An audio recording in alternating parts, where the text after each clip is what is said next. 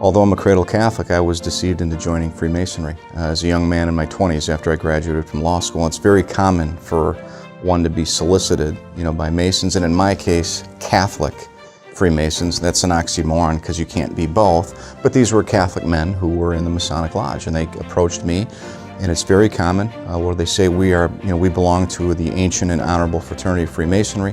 We think this could be very beneficial to you, not only from a social standpoint, from a business standpoint, and that was intriguing to me as a young lawyer. They said you'll meet judges, lawyers, doctors, CEOs, CFOs, etc. See what this is all about. So that kind of piques your curiosity, and then you get involved with the organization. Angelus Press presents its 2017 conference on Fatima, Our Lady's Answer to Three Revolutions. My name is John Salza. I'm from Milwaukee, Wisconsin. I'm a husband and father, as well as a lawyer. That's my profession, and then I'm also involved in Catholic apologetics. I do research, I write books and articles, and do speaking on various Catholic topics. The Angelus asked me to speak about whether Freemasonry is a danger today, in today's modern world. People have an understanding that Masonry has been involved in many revolutions in the past, and the question was whether it continues to be a danger today. So I addressed that today by explaining to our folks what Masonry teaches in its lodge rooms.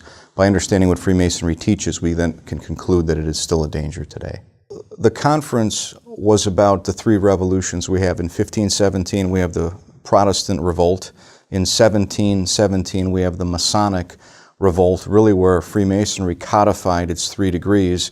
And then we have 1917, where Our Lady appeared at Fatima and was warning about the ongoing effects of these revolts in society. And so my talk concerns Masonry's effect on the society and on the church, that Masonry is still a danger today, and that Our Lady was warning about that danger at Fatima.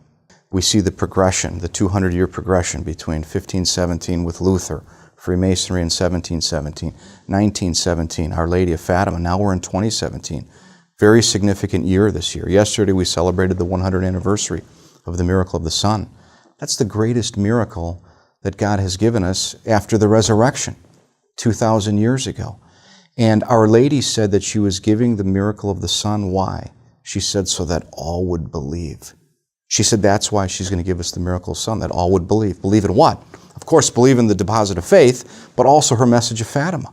Her message of Fatima, which is not only a message of repentance and conversion, but it's a message specifically for the Holy Father, that he must consecrate Russia to Our Lady's Immaculate Heart in union with all the bishops of the world. I talk about a lot of different topics, but when it comes to Freemasonry, it does seem that this is the topic that more people want to know about than anything. And that's because I'm uniquely qualified to speak about it. I've gone through everything that I talked about. And you always find people that have personal experiences. My great-grandfather wore a Masonic ring, or my father, had an apron, or my uncle did this or that, and they say, I cannot believe this is what they were involved with. Well, guess what? It is. When we are at conferences like this, we get reignited, refueled, retooled to go out and live our faith. It's not a matter of just knowing the faith, because we all know our faith, but it's a matter of putting that faith into action. So I think, when you come to a conference like this, you feel kind of like the apostles. Now you're deployed, right? You can go out to the world and you can bear witness to Christ and to His church. To learn more about this and other talks, go to angeluspress.org/Fatima.